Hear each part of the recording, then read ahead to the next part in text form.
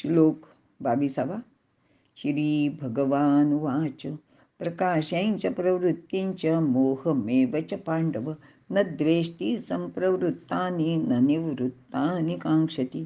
अर्थ, भगवान म्हणतात, हे अर्जुना, प्रकाश म्हणजेच ज्ञान, प्रवृत्ती म्हणजे रज व मोह म्हणजे तम ही प्राप्त झाली असता जो त्यांचा तिरस्कार करीत नाही किंवा निवृत्त झाली असता त्याची अपेक्षा सुद्धा करीत नाही.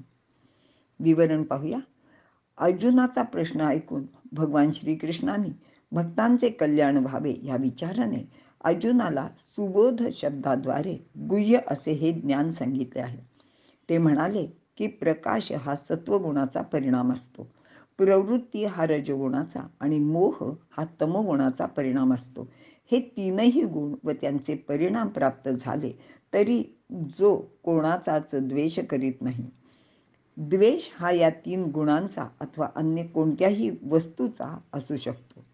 म्हणजे असं आहे की एखादी गोष्ट समजणे म्हणजे ज्ञान प्रकाश प्राप्त होतो, पण अशा ज्ञानाचा कधीतरी आपल्यावर विपरीत परिणाम होऊ शकतो आणि आपल्याला तसा अनुभव सुद्धा येतो की एखादी गोष्ट आपल्याला माहिती झाली तर अशा वेळी आपल्याला असं वाटतं की मी कशाला हे जाणून घेतलं, हे कशाला मी मिळवलं, कशाला 4 जणांना विचारलं आणि माहिती करून घेतलं.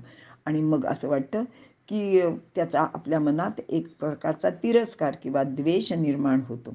आणि मग आपण कित्येक वेळा असं म्हणतो की कशाला आपल्याला ही गोष्ट माहिती झाली, ही जर माहिती झाली नसती किंवा जी माहिती झाली नव्हती तेच बरे झाले. खरं तर अगदी अज्ञानातच माणसाला सुख असते, पण खरं तर ही गोष्ट अजिबात बरोबर नाही. कारण अज्ञानातील सुख हे सुख नसून तो सुखाचा एक केवळ भासच असतो. हीच गोष्ट प्रवृत्तीची आहे. एखादी गोष्ट आपण करायला जातो आणि त्यात यश मिळाले नाही किंवा ती नीटपणे झाली नाही, 4 लोकात आपली फजिती झाली, तर आपण म्हणतो, काय मला बुद्धी झाली आणि हा नाही तो उद्योग मी करून बसलो. अर्थात असे म्हणणे किंवा असे वाटणे हे सुद्धा आपल्या मनात त्या प्रवृत्तीचा द्वेष निर्माण झाल्याचेच लक्षण असते. याचप्रमाणे मोहाचे सुद्धा आहे. क्वचित प्रसंगी एखाद्या गोष्टीचा माणसाला मोह होतो आणि काही काळानंतर त्याचा दुष्परिणाम सुद्धा भोगावा लागतो आणि त्यावेळी आपण असं म्हणतो की त्यावेळी त्या क्षणाला मला मोह व्हायला नको होता, तो जर झाला नसता तर बरे झाले असते, माझं खूप चुकलंच. पण आता असं म्हणणं म्हणजेच मोहाचा द्वेष करणं आहे असं भगवंत सांगत आहेत.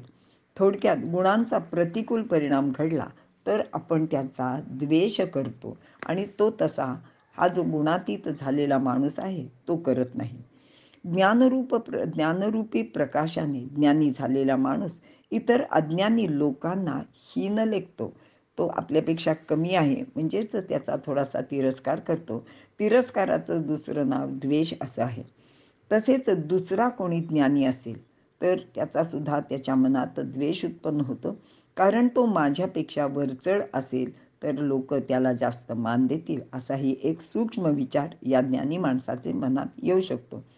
तसेच एखादे काम अगर कार्य आपण करीत असतो तर समाजात असं कार्य करताना अशाच प्रकारचे सामाजिक काम करणारी जर दुसरी व्यक्ती आपल्याला माहिती झाली आणि लोक आपल्यापेक्षा त्याला जास्त मान देत आहेत किंवा आपल्यापेक्षा त्याचं काम कुठेतरी सरस ठरत आहे असं जर आपल्या लक्षात आलं तर आपण त्याचा द्वेष करतो आणि त्याच्याशी आपण नकळतच स्पर्धा करायला लागतो. आणि मोहाचे बाबतीत सुद्धा सामान्य लोक इतरांचा द्वेष करतातच. एखादी व्यक्ती आठवड्यातून एखाद्याच वेळी मद्यपान करीत असेल आणि त्याचे परिचयातील दुसरी व्यक्ती रोजच मद्यपान करीत असेल तर पहिली व्यक्ती दुसऱ्या व्यक्तीचा द्वेष करते. सामान्यपणे पाहिले तर जवळजवळ सर्वजण एकमेकांचा द्वेष करतात असे लक्षात येईल. अर्थात हा द्वेष अनेक जण आपल्या मनातल्या मनात करत असतात, तो प्रगट सुद्धा करत नाहीत, पण त्यांच्या मनात द्वेष उत्पन्न झालेलाच असतो. पण हा गुणातीत माणूस कोणत्याच कारणाने केव्हाही कोणाचाच कधीच द्वेष करत नाही, कारण त्याला कोणत्याच अनुकूल अथवा प्रतिकूल गोष्टीची इच्छा नसते आणि ती प्राप्त झाली तरी त्याच्याकडे तो फारसं त्या गोष्टीला महत्त्व देत नाही. सामान्य माणूस मात्र एखाद्याजवळ असलेली गोष्ट आपल्याजवळ नसेल तर त्याची अभिलाषा धरतो आणि ती मिळावी म्हणून आपण खूपच प्रयत्न करतो. प्राप्त झाली तर आनंद व्यक्त करतो आणि प्राप्त झाली नाही तर निराश व दुःखी होतो. आणि हा जो अनुभव आहे हा व्यवहारात आपल्याला नित्य अगदी रोजच्या व्यवहारात सुद्धा दिसू शकतो, की शेजारच्याकडे एखादी किमती वस्तू आली किंवा एखादी दुर्मिळ वस्तू आली तर आपण तोंड देखलं म्हणतो, वा वा छान झालं. पण मनात मात्र असं म्हणतो की हां, यांनी काहीतरी वेगळ्या मार्गाने मिळवली असेल किंवा ह्यांच्याकडे आहे, पण आता मला सुद्धा ती मिळवली पाहिजे. म्हणजे त्याच्याशी आपण नकळत स्पर्धा करायला लागतो आणि आपलं दुःख आपण वाढवून घेतो.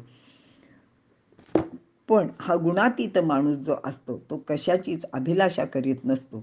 त्यामुळे त्याला त्या वस्तूची किंवा व्यक्तीची सुद्धा अभिलाषा नसते आणि ज्ञानाची सुद्धा तो अभिलाषा करत नाही.